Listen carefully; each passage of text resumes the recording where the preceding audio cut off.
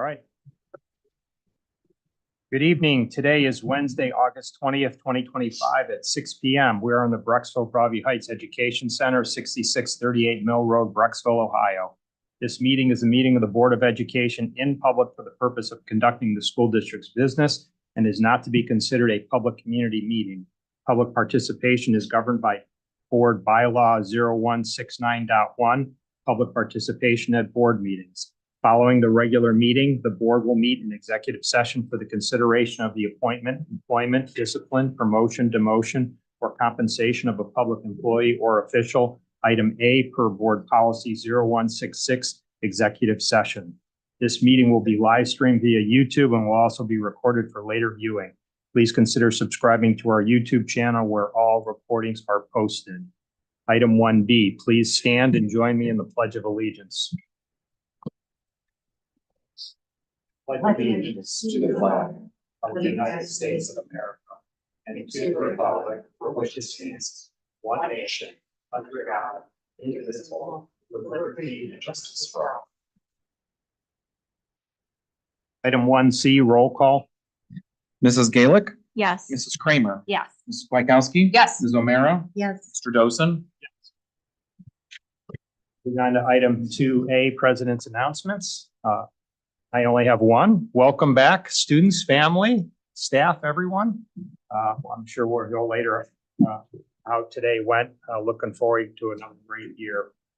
Item 2B, notice of consent agenda. Does any board member wish to remove any items from the consent agenda? No?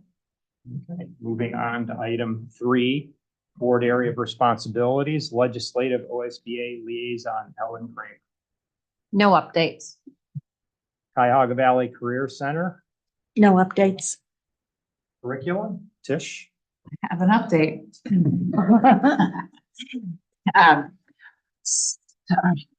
Okay, all of the CKLA materials, so that is the state approved curriculum that aligns with the science of reading for our English language arts instruction.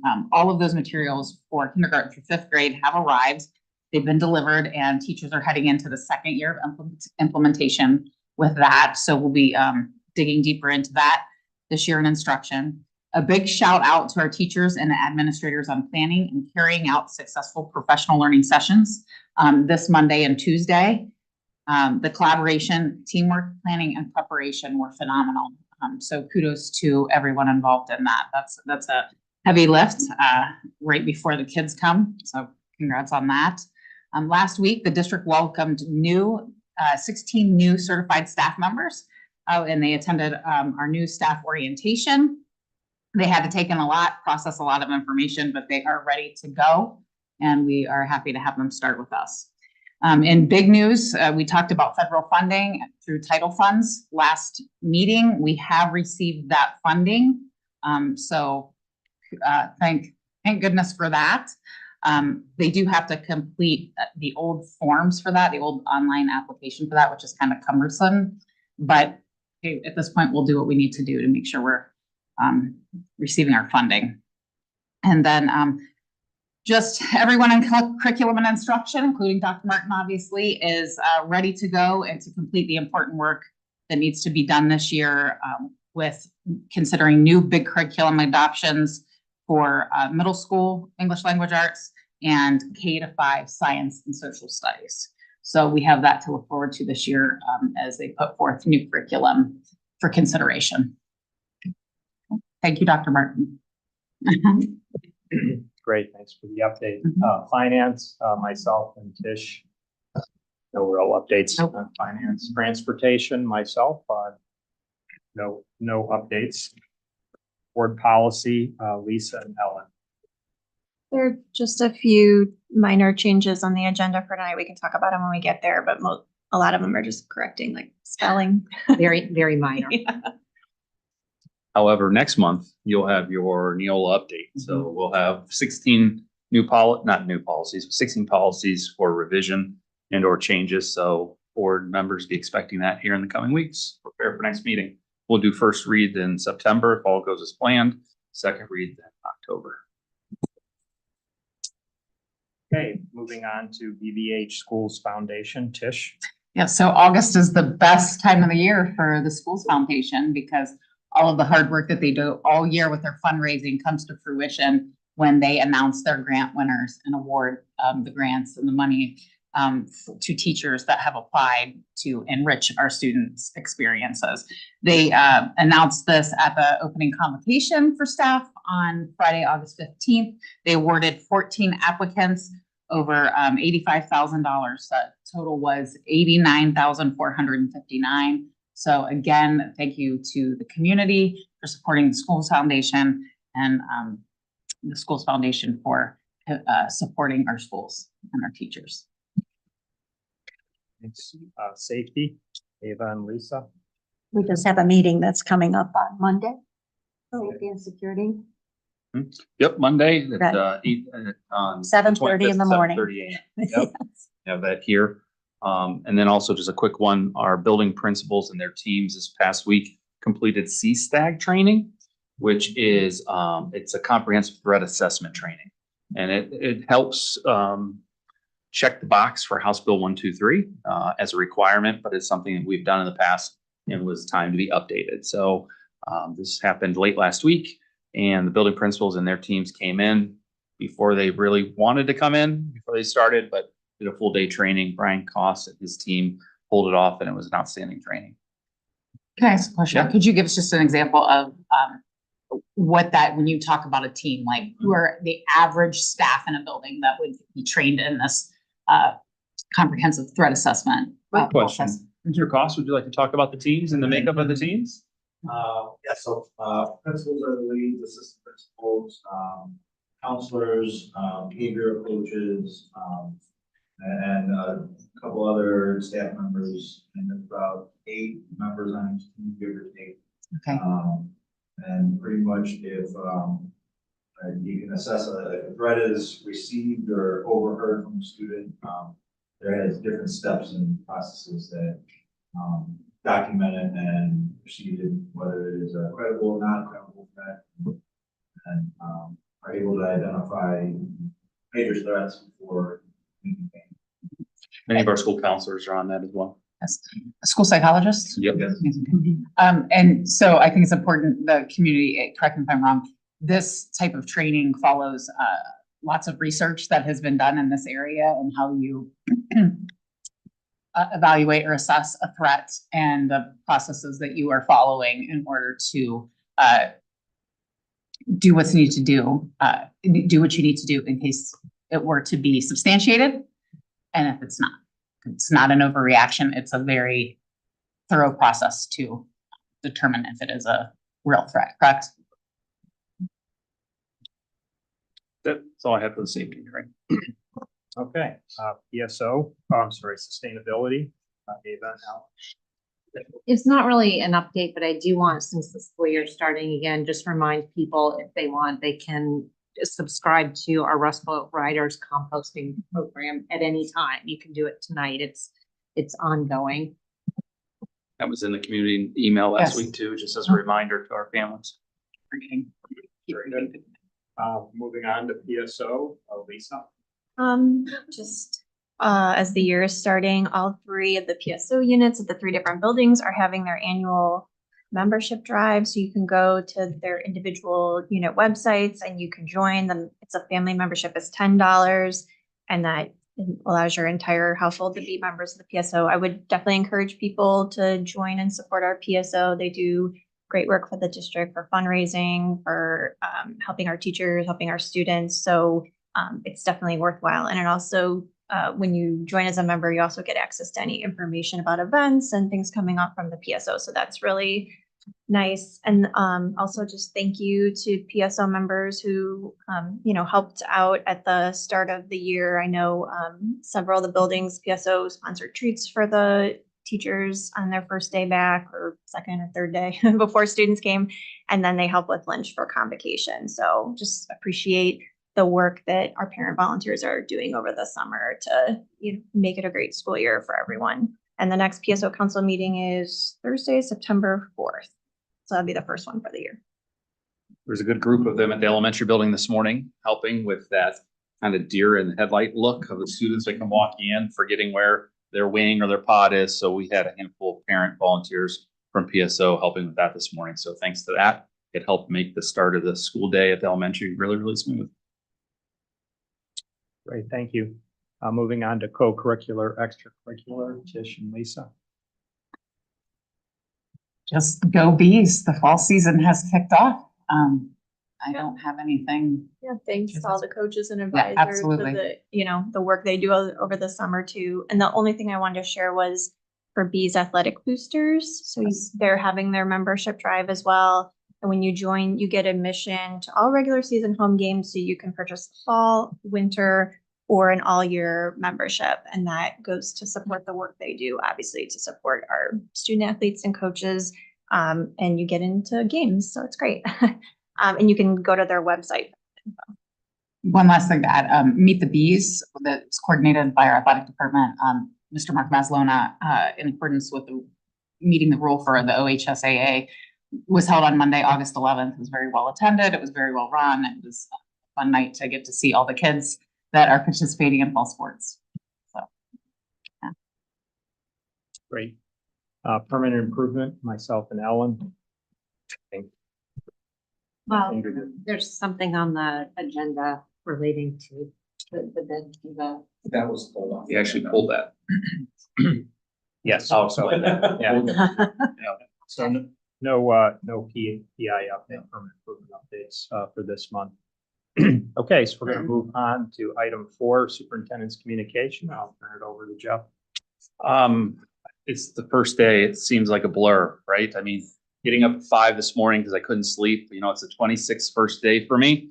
Well, actually more if I count my days as a student. But I said to my wife this morning, I said, it doesn't change. You know, the night before convocation, the night before the first day, and the students are rolling in the door. It's just you don't sleep very well. So it was an early morning, and I have to just thank everyone top to bottom throughout the district.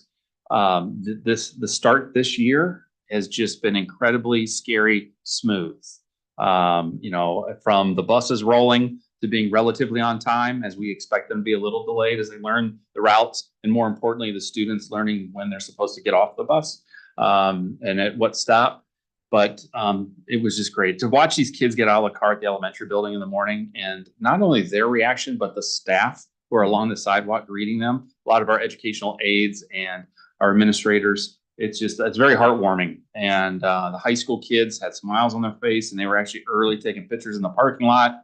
Mr. Jacob had the inflatable bee in front of the door. They were playing music down the other door. I mean, it was a celebration as far as the start of the school year. So it started today with students, but actually started on Friday with staff. And we had a great convocation opening. Dr. Jim Mahoney kicked us off with a keynote. I say he's been in the profession for 53 years now, and I hope to have a slimmer of his passion and energy that he has to this day. A lot of positive feedback there. And then Monday and Tuesday, professional development that both the Department of Teaching and Learning and Dr. Martin, as well as our teacher leaders throughout the district, the dedication and efforts they put in to make them positive in our building admin. So we've had Meet the Teacher nights at elementary already. So we are off and rolling, 175 more days to go. But hopefully they're all as smooth as today would be our goal. But I can't say thanks enough to the staff. They just continue to step up and shine when they need to. As something we just kind of mentioned, we did have a recommendation to go out to bid for the driveway project that we pulled off yesterday. We pulled it off because in our continued collaboration with the city and the city engineer, there were some questions that we wanted a little bit more clarification on. And some people may view it as it's just as a stumbling block.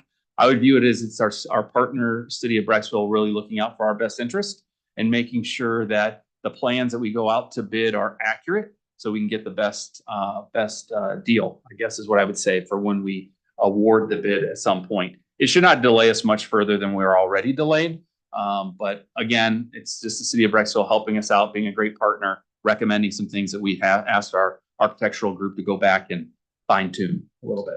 So that's why it was on the board agenda up until yesterday when the Mr. Koss and AVG decided, let's not rush it. Let's pull it off. Let's look at a couple of these things a little further. So that's why we pulled it off today or yesterday. Other than that, that's all I have for communications today. And just a quick comment, the board agenda is fluid and often changes. Both things are added or removed, right up until the meeting, the time of the meeting, as well as in the meeting, the board agenda can be changed. The board would vote on it and change it. So just so people know that, from a transparency standpoint, this is very common. Things can get added last second to the agenda or pulled if we feel it's not ready. And so, but the final agenda is what you see and what we're going through today. And any changes on this agenda could happen if the board wanted to make a change. But just so everyone's aware that that's common. We try to, we do usually do agenda review the week before, and then we, fine tune things over the weekend. We try not to make changes after it's sent out on Monday afternoon, after the notice goes out. I mean, it's the only time we will is if it's detrimental that we need to get it on. So yes, it is a fluid document. At the same time, we try to kind of get it in cement by Monday morning. Okay, we're going to move on to item 5, treasurer's communication. I'll turn it over to Craig. So I'll do the CFO report first, and then I'll do the CFO report first, and then we're going to talk about the budget bill, which is still fluid as we talk about, because there still might be changes for that as well. That is very large. Oh boy. Okay, keep coming back to me. Okay. There we go. So this is our favorable projection for the revenues. I don't know why the top of that looks like it got cut off for some reason. Sorry about that. We did do a little bit better than we did last year versus this year. This year versus last year. We received additional property taxes in July of this year versus last year. So it's really just a timing issue that can affect that. And then other miscellaneous sources were pretty consistent, and just a slight decrease overall. This looks at all of still compares the forecast and the projected expenses versus the forecast. We rolled everything forward, so this is now fiscal 26. So we have forecast expenses of $57.9 million. Right now, our estimates are at 57.6. That still includes a deficit spend, though, overall. As we've seen, we have higher staff costs this year. We're starting to roll those contracts.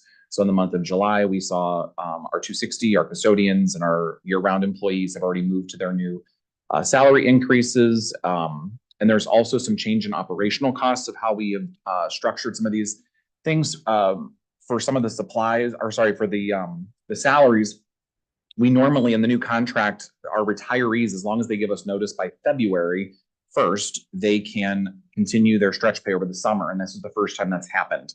So normally we will see a larger decrease in salaries in July and August until we then start the new contracts for teachers in September.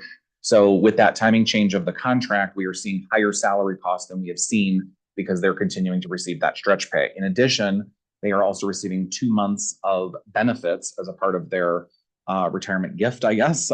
So if they've, again, notified us by February 1st, they can receive healthcare benefits to the end of August. That is an increased cost to the district. And those are also included why the benefits this month were also higher than what they have been. That increased cost, though, comes out of benefits at the school district when we're replacing staff. The Correct. earlier we know when someone's going to retire, we can start the interview process earlier to get the most quality individual to replace them. Yeah, and the other thing to just keep in mind for the board as we kind of go through this year as well as next year, because we're transitioning to 24 pays next year versus 26 pays. So this year is a little bit of an anomaly. This is also going to still affect cash flows throughout, because this year our custodians are on 27 pays, our administrators are on 26 pays, and our teachers are on 25 pays. So our cash flow in terms of salaries and benefits is going to change a little bit from what we normally see when you're just on that 26 pays. And then you got your 2 months where you've got 3 pay months like normal. So we are going to see a lot of salary benefit fluctuations based on how these contracts are rolling out until we get on the first full year of the 24 pays, which will start next July. And then we will start to see it. We'll get back to a regular consistent flow once that change happens. Purchase services were increased this year. We spent almost $900,000 in purchase services for the month of July, which was a hefty bill, but some of that is also geared, and I say it's in timing because our ITC Connect has changed some of their billing practices. So a lot of we used to pay them quarterly, then we paid them semi-annually, and now we're paying them annually. They've moved that model for most of their schools. So we kind of we put that out front early. So that's partly why this was an increase in purchase services, and supplies are kind of consistent and fluctuating this time of the year. Still shows that we would deficit spend as of right now by $800,000. Ending cash balance would be $18.4 million, which would leave us at 118 days of cash if those projections would follow out. This is your cash flow fluctuations that we see throughout the year.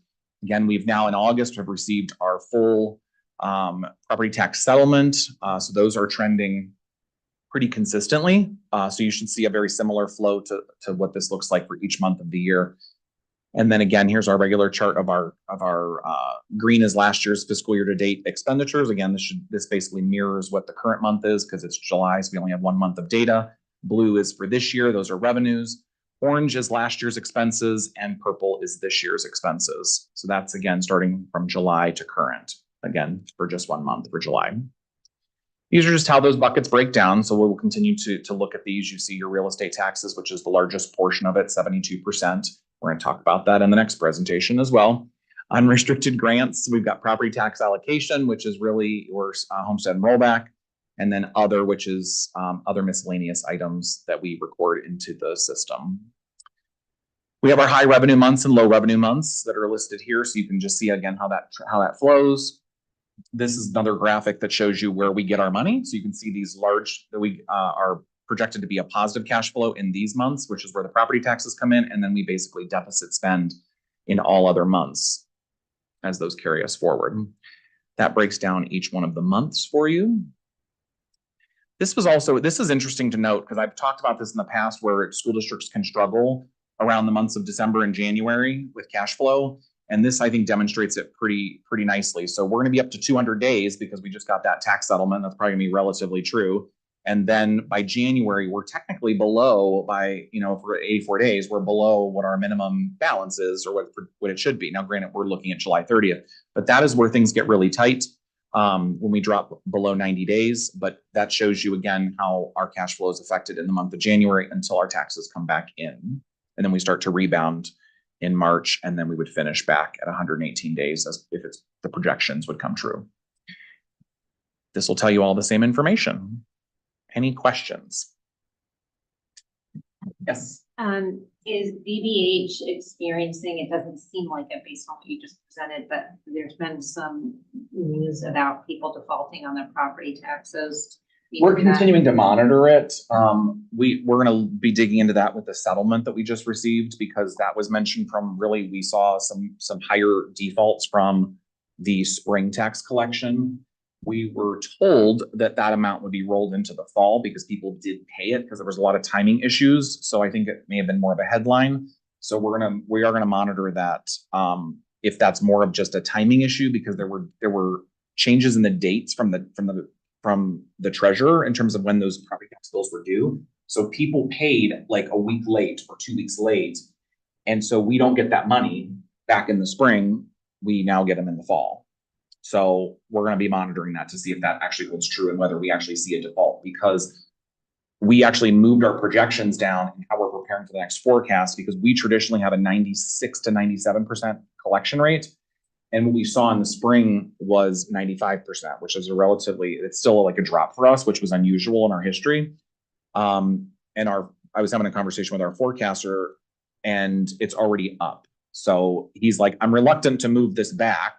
So we might just stay conservative in terms of projections, at least until we get the fall collection and then maybe the spring collection under our belts before we move that back up. So we're hoping it's just a timing issue because it does seem like, at least preliminarily, it's rebounded a little bit for us in BBH. So, and then at our meeting last month, the state budget was still a little bit up in the air because there had been a override meeting like 2 days before, but then the Senate never met. So does what you're presenting incorporate all the changes? So not yet. That'll be in really the October forecast. We'll have all that stuff finalized. Okay. So that's when we'll take a look at how that will fully impact us. So we're positive in the first year and second year. The first year a little bit more, but in terms of our budget, it's not very much money. So yeah, we'll dig into that for the forecast presentation. Any other questions on that? Okay. Budget details of House Bill 96. So this is kind of some of the stuff we've already talked about, so I will skim through some of it and then we'll spend a little bit more time on other items. So this talks about the impact of this funding for us. There we go. So it's the biennial budget. It was over $200 billion in state and federal spending. This makes it one of the largest financial policy documents in our state's history. It focused on economic development, tax cuts, and school financial guidelines. So there's like positive, and then it says establishes new and restrictive financial parameters for Ohio school districts, because it does. So we do have the implementation timeline. Most of the stuff did take effect June 30th. After he signed it, really July 1st, I guess, but there are some provisions that are not taking place until September. So we talked about this before. There was a cash balance cap that came forward at 40%. That was vetoed. The Fair School Funding Plan phase in, okay, but still old base cost. And then the tax levy restrictions was also vetoed as of right now. This graph shows the decline of state funding. So this is the lowest state funding that we have seen. I don't necessarily want to say in history, but it's probably pretty close if it is not the lowest state funding in history. And it is expected to continue to decline next year as well, as a state as a whole. Sorry. Oh, that's the state as a whole. Yeah. So if you look at the top line of that, that is, it's like, I don't know if I can like scroll. There we go. The early 2000s, sorry, the bottom of this. This was at 48% in the early 2000s. And we are sitting here in 24, sitting at 38%, down to 36%. And they're projecting it to go down to 32% as well. And so I'm sorry, I interrupt you. Our portion of state funding is lower than that. our portion is much lower than that. So this is, again, state averages and how they are choosing to fund public schools in the state as a whole. Is there, like, we're at 17%, is Yeah. that ish? Correct. That's if you include property tax allocation, it's 17%. So that's the homestead and rollback. That's not a part of the state funding model for specifically for education. So just to keep those, it is still state funding, but it is two different buckets. Okay. So what would it be if we didn't have the homestead and rollback? Well, so we get about $5 million from the state for that. But what happens is, and this is kind of, you're skipping ahead. Sorry. What happens is that the state provides that as a reimbursement, right? So, but ever since 2013, like all of our levies are subject to that with the exception of 2017. So in 2017, that levy is no longer susceptible to that provision. So basically the taxpayer has to pay that. So that was a shift to the local taxpayer, the residential taxpayer, because of that change in legislation when they enacted that back in the early 2000s. Well, I guess it was Great Recession era.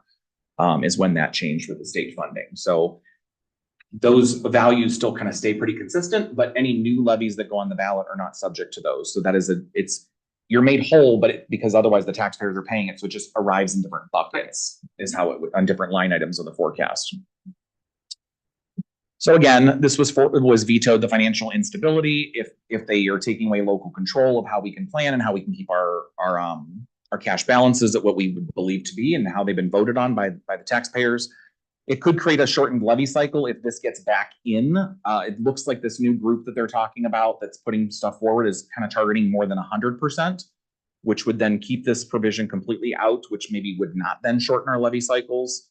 We're just kind of being very cautious about this right now because if they would bring this some sort of cap back in at 40% or 30% that would stay or be overridden, it could potentially shorten our levy cycles as a district. What's the new group you just referenced? The governor created a work group to look at property tax reform.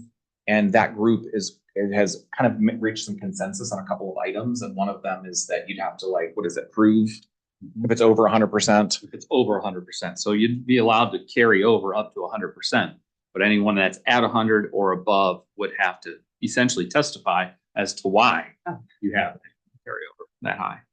Very few districts are over 100, right? I think there's there's I thought they said 16 today, but it could be, it's low. Yeah, it's low. Yeah.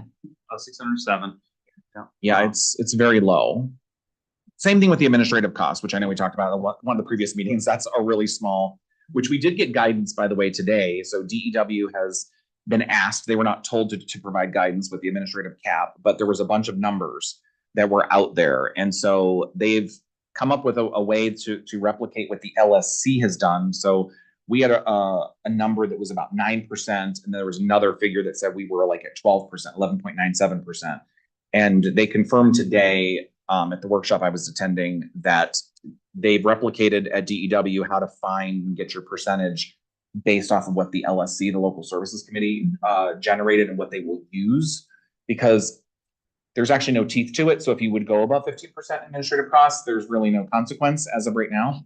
But they believe it's going to be a part of this, what's going to be audited in terms of compliance. So you could get a ding on your audit if you're over the 15%. We are not in either of those situations, but it looks like the lower number is the one that we would be using. So we're at about 9%. And if it's the lower number, we're talking about possibly 6 school districts in the state of Ohio. Yeah. That was over the 15%. So again, continued legislation and things that we have to follow that affect less than 10 school districts out of 607 in the state. So legislating for a problem is not a problem. So we're hoping the cap just stays away, but again, it can still be vetoed at this point all the way through December of 2026. If it does go into effect, it could provide a shortened levy cycle though for all school districts, but that would include us as And well. in our situation, and I'm trying to keep this straight so I don't say this incorrectly, but if the percentage comes in, okay, and it's 40% per se, right now, that actually extends what Craig and I had believed our next levy to be. You know, Craig and I, not conversations with the board yet, just our planning, we had originally thought, you know, spring of 26 could be possibly a ballot initiative. But if they keep it at 40% or that cap that low, then we can't go back that soon for our next levy, but then the ones after that are going to come much quicker. So it's a little bit different with us because on that cap, we were at 47, 49%. So we were kind of in line. So it could extend our current one, but then when we go next time, it would then come sooner after that. Did I say that correctly, Craig? Yes. Awesome. Has anyone heard whether the Ohio Senate is expressing any interest in? I've heard they're going to vote. I don't know about this one. They're going to vote on whatever vetoes the House does. They don't know if they're going to get the votes. That's what I've at least heard so far, is that they Okay, plan so- to vote. And they So can the pick- one that was overridden, they are saying they're going to vote after September, or in September. and they could take this all the way out till December of 26. Right. They can do it at any time. Which is crazy, but it's just the rules that we play by. Yeah. And right now, they overrode one of the governor's vetoes. Correct. in the House. That Yeah. doesn't affect us as much here, right? Correct. Because that's the type of levies that school districts can use. And we currently don't use any of those types of levies. Mhm.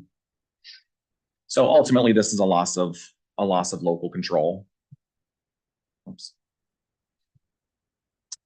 This just talks about inflation. So you can look at the current inflation rates, CPI increases, the average funding rate, though, has only been 2.1%. Obviously, this creates the financial squeeze for school districts because our purchasing power has continued to decline. And again, the funding the state has given us, and we'll talk about federal funding here in a minute, that they're talking about taking away, will not, or is it not actually on this slide? No, it's on another slide. Will just continue to decline or make it more difficult for our purchasing power that we have as a district. So those are the there were 67 line item vetoes in House Bill 96. There are 3 that they've targeted at the House. Only 1 has so far been vetoed, and it may potentially still get overturned as they go, depending on what the Senate does do. So this kind of talks about the Senate consideration, because this was the 61 to 20 vote, was it?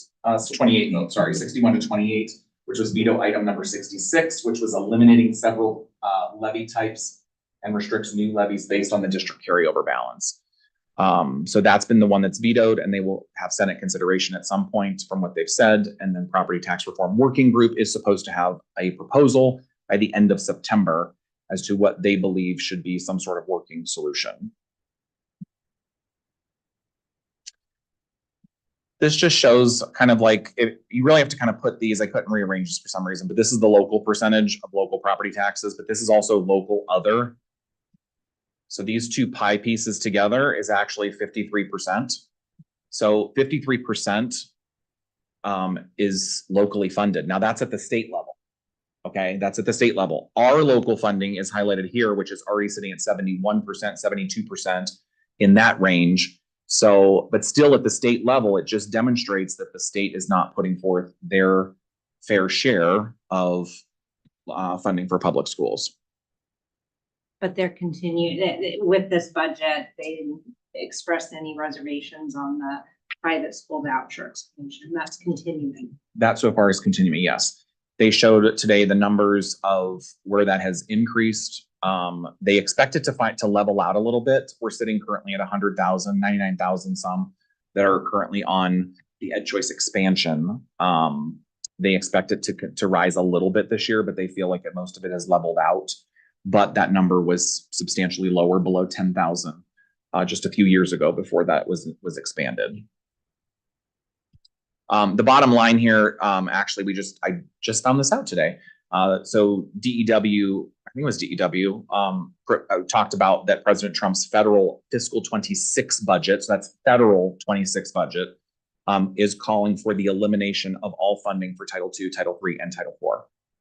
So I'm assuming that means Title I and IDEA might be safe for now. I don't know, but that is in his proposal, is that they would eliminate all of those funding mechanisms for schools. Like roughly, and I know we get very little federal funding, but like, can you put a number on that for? So Title II is 70,000-ish, 75,000. Title III, depending on if we get both this year, I don't know. We haven't heard about the immigrant one. It's about 20, 25. Well, 18 for the one, but then if we get the immigrant, 20,000. And then Title IV, 22,000. So, I mean, a little over $100,000 we would lose and that's the case. In total federal funding, it's about $1.2 million if you include IDEA and Title I funding. I know sometimes we get lost in numbers and think, oh, it's only $100,000 in federal funding.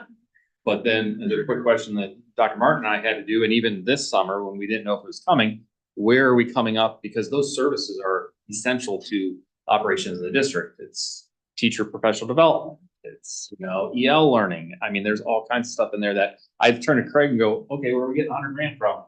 And he just kind of does that, and laughs.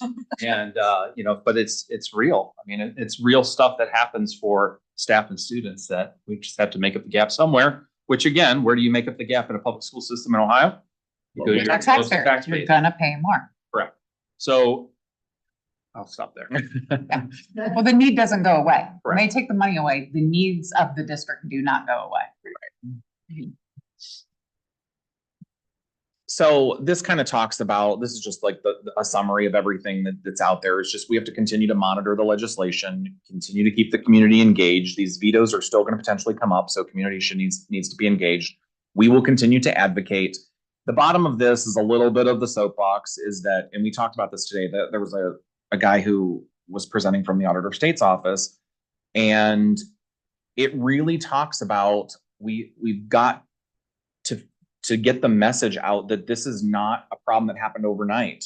These are policies that have happened for almost 30 years of what has put us in a property tax situation of where it is. So we understand that people in the local community feel it in their local taxes.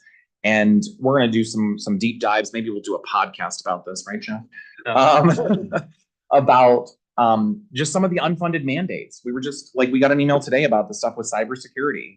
So there's all these requirements for cybersecurity. Now, we took care of some of that stuff over a year ago on our own, but they're forcing every single school district to have all these cybersecurity incident response plans. And it's a lot of work. It's a lot of resources. And did they give us any money for it? No. Is it important? Yes, because schools need to be protected, and they're one of the #1 targets for cybersecurity right now. But there's unfunded mandate after unfunded mandate that they continue to provide. And where is that going to come from? It's going to come from local taxpayers at this point, because they're funding the state at a lesser, the public education from the state at a lesser level across the board. And it's one of the reasons why they don't want House Bill 920 to go away, because if you get rid of the floor, and we're not on the floor, and we've talked about that in almost ad nauseum over the past year or two, but if you get rid of the floor, it's going to shift, it's going to increase, it's going to decrease the local capacity, which is going to shift the burden to the state, and they don't want that. So we're going to do some deep dives into some of these things, because we just don't have time to talk about it, I don't think, here, but it's coming to a head. House Bill 126, again, we're losing $300,000 to $400,000. It's some of the most restrictive commercial property tax law in the country.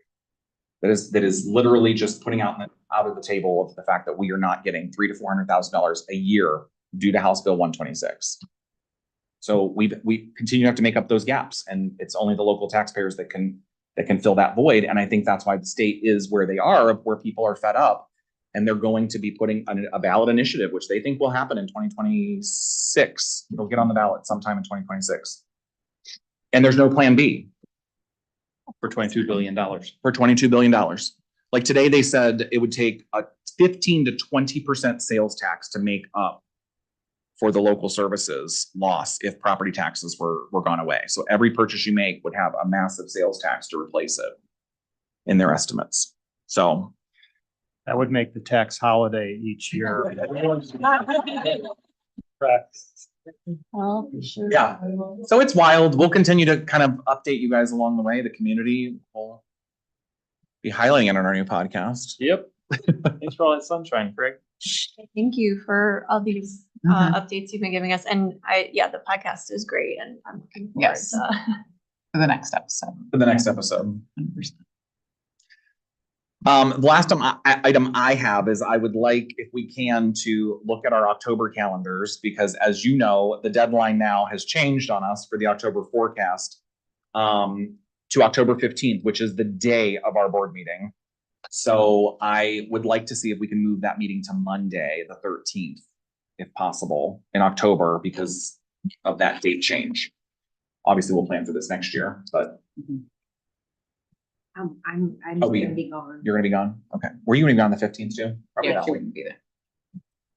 So does anyone have any objections to the 13th? We'd move it to a Monday for just the month of October. It's Columbus Day. It is, yes, it is Columbus Day. Someone did bring that up because there's other boards that are talking about the same issue of moving the date, just so technically, can we approve it on the 15th? Yes, but it's due to the state that day, so I'd like to give us a little bit of wiggle room to get it all in on time. It's fine. by So me. good? I'm available. Okay. That is all I have. The cash position and spending report are attached for your review. Keeping tabs on me? Yep. Yay.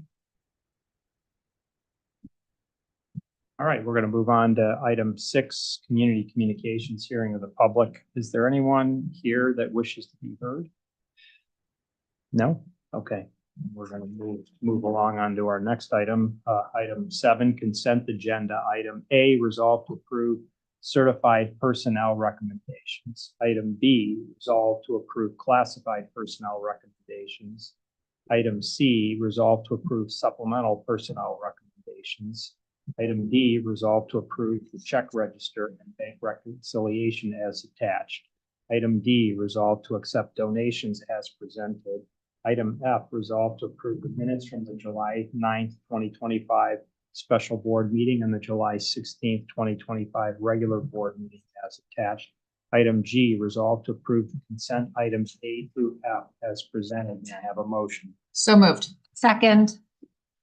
Awesome. If we look at the certified staffing, our final 2 hires for the 25-26 school year for certified are on there. A mathematics teacher at the high school and the 3/4 of a physical education teacher also at the high school. And even though it was late in the process for various reasons, we were very happy with the 2 candidates that we were able to secure, and they will be great additions to the team. A lot of stipends also on here for different student teaching experiences and things that you will see on the certified. That student teaching occurred last year. Yep. Okay.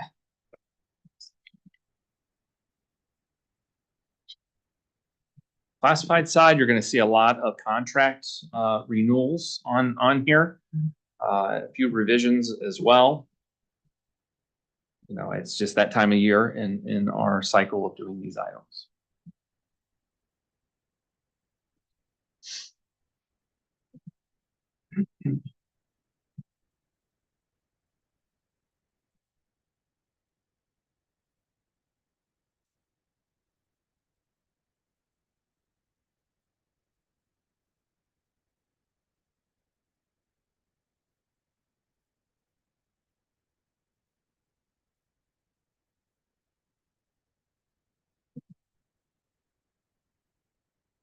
And I'm going to ask, as we're talking about classified, I'm going to ask Dr. Martin to introduce a new member of the team that's with us tonight.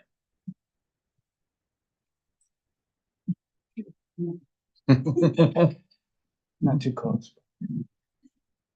Good evening. you could imagine our surprise and nervousness in July when the position that Danielle is currently occupying was vacated. And this position, Power School Assist, is not easy to find. There's not a lot of experts out there.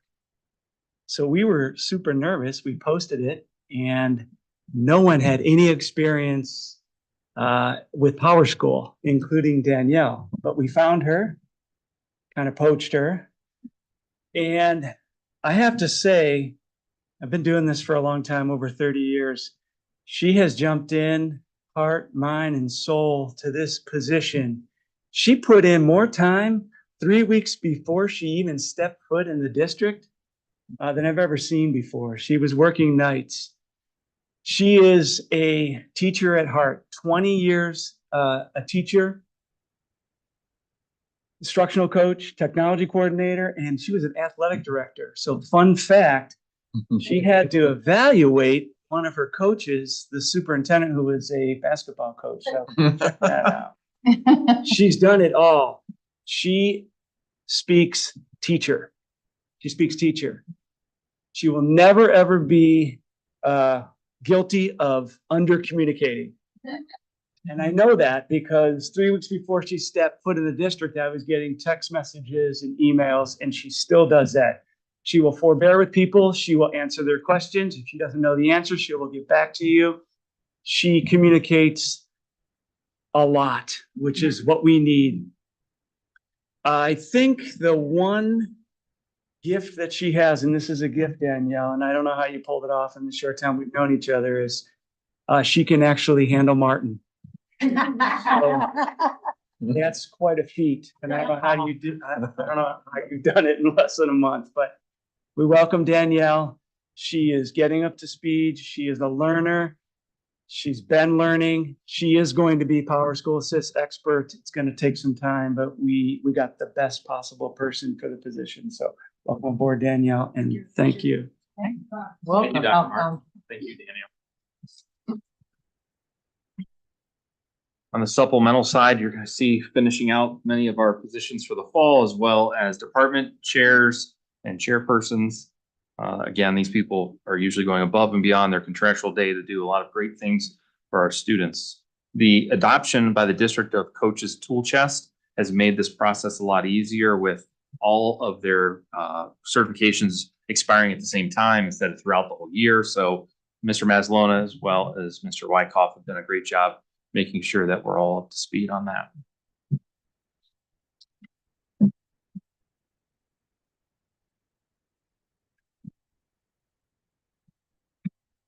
These are just the athletic workers. I'll scroll through kind of quickly. They don't work every event. This is just our stable of people that when the athletic department needs help at events are board approved so that they can work.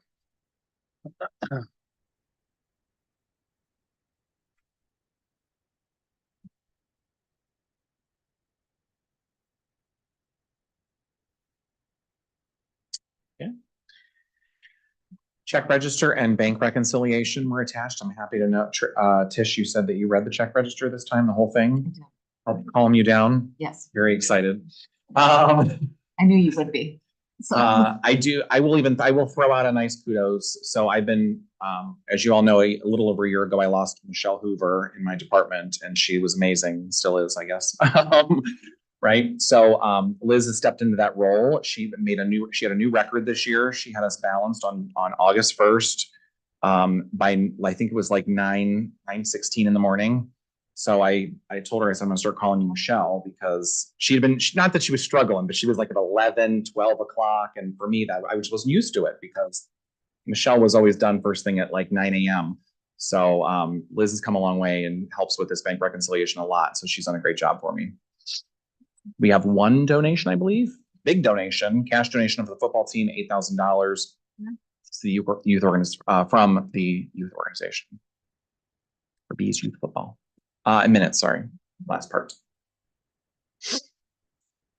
Any questions? Good. Comments or questions? Roll call.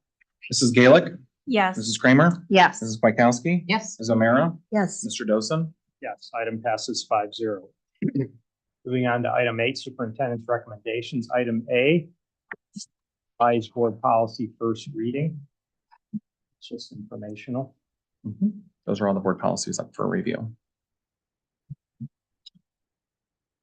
And as mentioned earlier, a lot of it's housekeeping. It's nothing of substance, no change in ways we do things. Typically, when we do policy updates, you'll see a first read and then second read for changes in policy. But on the backside, for those who work in the district, administrative guidelines, there's an administrative guideline that goes with each policy. Those guidelines do not require 2 reads. It's just a 1 read. So after tonight, if approved, administrative guidelines will go into effect. It's just our playbook per se on how we deal with situations. The policy will not be approved until the next meeting. And again, just a lot of housekeeping type of items. Craig and Rachel have been doing a lot of work in the student activities world and noticed some updates that needed to be made. So. Okay, item B, resolve to approve administrative guideline revisions as attached. May I have a motion? So moved. Second. Just a yearly requirement that we approve our gifted plan and policy. We're on the administrative. Well, I'm still- sorry, guys. I'm already working ahead. I already explained this one. Sorry. Yeah, it mirrors the Yep. board policy changes, just in administrative guidelines. So we'll approve this, we're gonna hope to approve this, and then we'll get the board policy approved next month. Any comments or questions? Roll call. Mrs. Gaelic, Yes. Mrs. Kramer, Yes. Mrs. Bykowski. Yes. Ms. O'Meara, Yes. Mr. Dosen. Yes, item passes 5-0. Moving on to item D, resolve to approve the BBHCSD gifted plan and policy as attached. May I have a motion? So moved. Second. Yearly requirement that needs to be approved by the Board of Education and posted on our website. There's been a lot of work put in at the intermediate building by Mr. Magyar and his team, as well as Mrs. Spangler, to just get this where it needs to be for our district. So we thank them for the work. Comments or questions? My comments are just to kind of piggyback on what Mr. Harrison said. You know, I read through this a couple times, and it is incredibly informative. It is a roadmap and lays out exactly all the offerings that are available at every grade and how we're going to service gifted students at every grade level. So there are often questions, and I do believe, as a board member, I've fielded questions from community members around gifted services and how we provide enrichment and gifted education and acceleration and all of that. And I just appreciate that this is so, you can give this to a parent and they've got the roadmap. It's very clear and understandable. So thank you for all that work. One addition, Lisa Malika also plays a large Yes. role in this. I didn't mean to leave her off, but I just want to make sure I note that. Any other comments or questions? Roll call. Mrs. Gaelic, Yes. Mrs. Kramer, Yes. Mrs. Bykowski. Yes. Ms. O'Meara, Yes. Mr. Dosen. Yes, item passes 5-0. Item F, resolve to approve the 2025-2026 Stepping Stone Preschool Handbook as attached. May I have a motion? So moved. Second. Just like our building handbooks that we approve on a yearly basis, this is the one for the preschool. Comments or questions? Roll call. Mrs. Gaelic, Yes. Mrs. Kramer, Yes. Mrs. Bykowski. Yes. Ms. O'Meara, Yes. Mr. Dosen. Yes, item passes 5-0. Item H, resolve to approve the 2025-2026 LLA therapy agreement as attached. May I have a motion? So moved. Second. Many of the next couple of agreements you're going to see are dealing with some of our students' special population that require additional services, and these are our yearly contracts to provide some of those services to them. Comments or questions? Roll call. Mrs. Gaelic, Yes. Mrs. Kramer, Yes. Mrs. Bykowski. Yes. Ms. O'Meara, Yes. Mr. Dosen. Yes, item passes 5-0. Item J, resolve to approve the 2025-2026 Learn Well agreement as attached. May I have a motion? So moved. Second. An example of this is a company that would help provide tutoring services for a student who's not able to attend school. We want all students in school all the time, but sometimes there's different situations that bar them from coming to school for a period of time. And this is just a company that will assist us in keeping them up to speed. Comments or questions? Roll call. Mrs. Gaelic, Yes. Mrs. Kramer, Yes. Mrs. Kwiatkowski, Yes. Ms. O'Meara, Yes. Mr. Dosen, Yes, item passes 5-0. Item L, resolve to approve the 2025-2026 Kids Link School Agreement as attached. May I have a motion? So moved. Second. This is for a student outplace. Comments or questions? Roll call. Mrs. Gaelic, Yes. Mrs. Kramer, Yes. Mrs. Kwiatkowski, Yes. Ms. O'Meara, Yes. Mr. Dosen, Yes, item passes 5-0. Item N, resolve to approve the 2025-2026 STEPS Educational Group Service Agreement as attached. May I have a motion? So moved. Second. Many of these are not new partnerships, I will say, as we're going through all of these, but they're the yearly service agreements. Comments or questions? Roll call. Mrs. Gaelic, Yes. Mrs. Kramer, Yes. Mrs. Kwiatkowski, Yes. Ms. O'Meara, Yes. Mr. Dosen, Yes, item passes 5-0. Item P, resolve to approve the 2025-2026 Education Alternative Service Agreement as attached. May I have a motion? So moved. Second. Same. Comments or questions? My question is and I know I've asked this of Ms. Spangler before, what, location do we place students at with that provider? Cuyahoga Falls? is it Bedford? Yes. It's Bedford, I think. I was just curious. Okay. I'm just curious. So what locations we, so that. Okay, and so we hold the contract with LOA for that program. Okay. Other comments or questions? Roll call. Mrs. Gaelic, Yes. Mrs. Kramer, Yes. Mrs. Kwiatkowski, Yes. Ms. O'Meara, Yes. Mr. Dosen, Yes, item passes 5-0. Item R, resolve to approve the resolution declaring transportation impractical for the 2025-2026 school year as attached. May I have a motion? So moved. Second. There are many of our students who are attending a private and or charter school, and we've deemed it impractical to transport. It's within 30 minutes. It's right off, correct me if I say it wrong. It's when it's within 30 minutes and it's not practical for us to transport, we pay the parents in lieu of providing transportation. And the amount for in lieu of transportation this year is, I don't know, I think it's $593, so it's around $600. yeah, around $600. So each one of the families that are listed on there for each student is just shy of $600 for them to transport their own child to a charter or private school. This goes back to some of what you're reading in like the Cleveland Plain Dealer and the Dayton News, did a big story on it, that there are school districts that are being affected heavily by the state legislation that we have to transport kids to charter and private schools. And there's rules around it. They can't be there more than 30 minutes prior to the start of their day or there 30 minutes after the end of their day.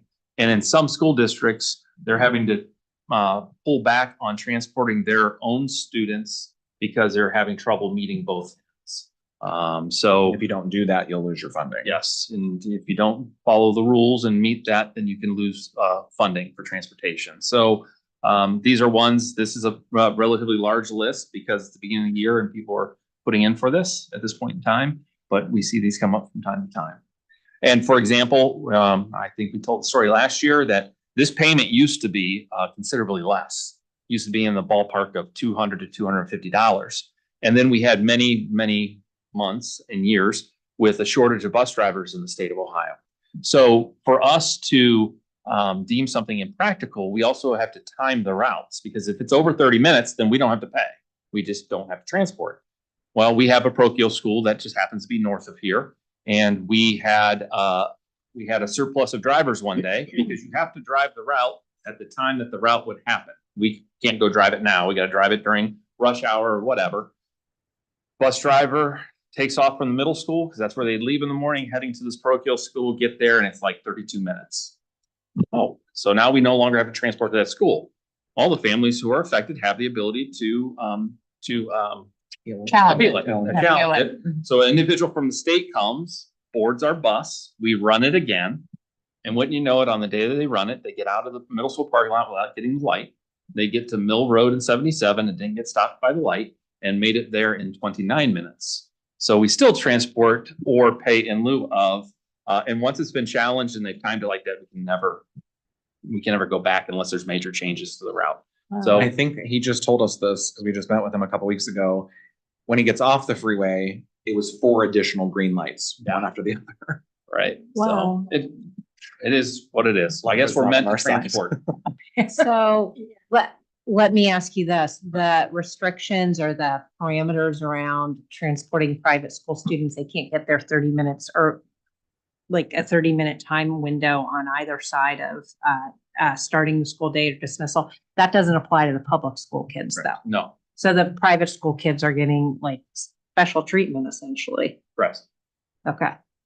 That's where some school districts have eliminated high school busing because their bus drivers are being used to transport kids. In some districts that have a lot of kids at parochial and or private charters, they have to eliminate busing to high school because they need those drivers to do the elementary routes and get the students to those parochials and privates. So that's what the stories have been in Cleveland.com, and the Dayton News has done a lot of stories on it as well. Mhm. It's just, again, it's just legislation that when enacted, they don't realize what the ramifications is down the road. I mean, I don't necessarily think anybody thinks it's a bad idea that, we safely transport kids to school. Right. And we've said, I'm not against choice. We'll compete with anyone. But there's some things like this that is really a shame. When I take phone calls about double backs at the elementary building into the day, and kids sitting in the field house waiting for a bus to run a route, then come back and run another route. All I have to say is, I'm sorry, we still don't have bus drivers.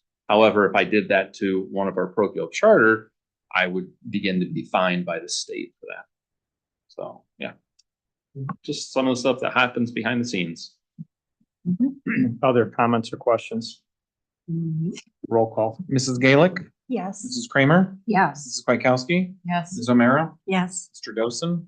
Yes, item passes 5-0.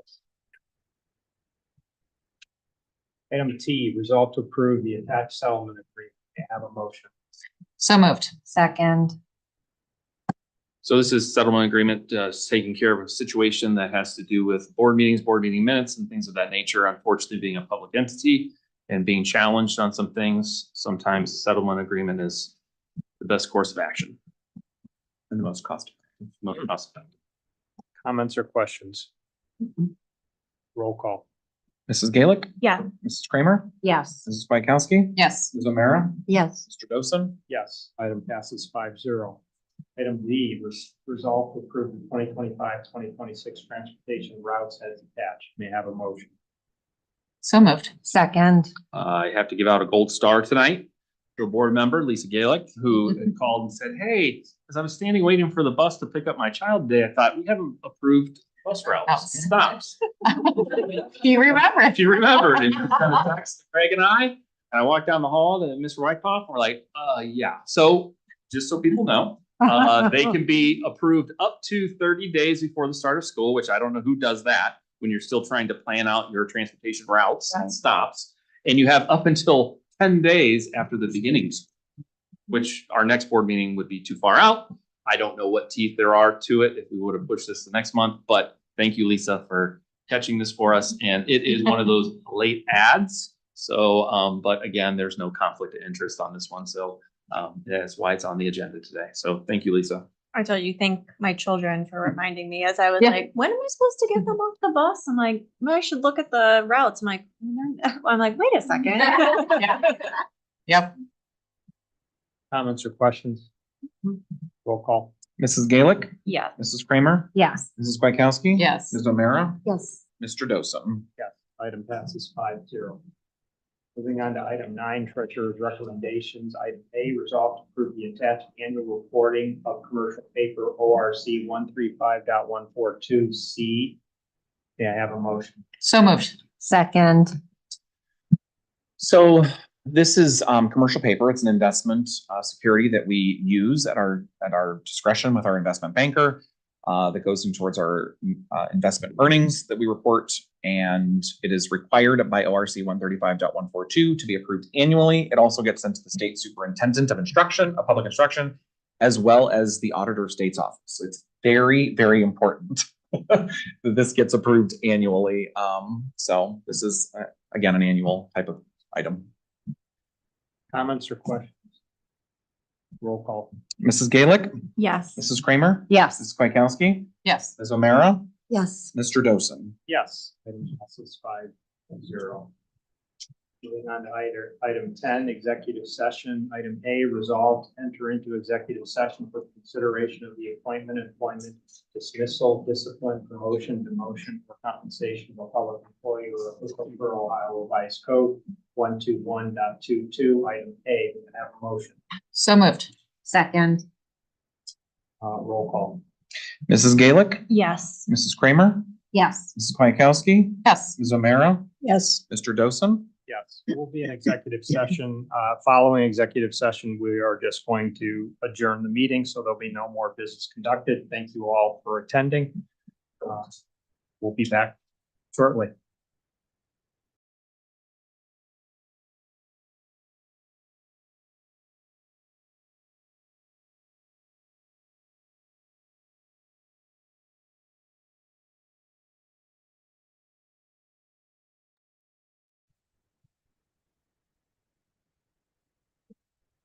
Okay.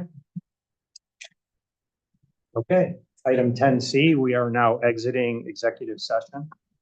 We're moving on to item 11A, closing items.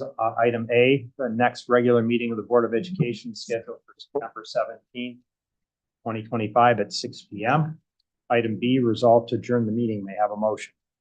So moved. Second. Roll call.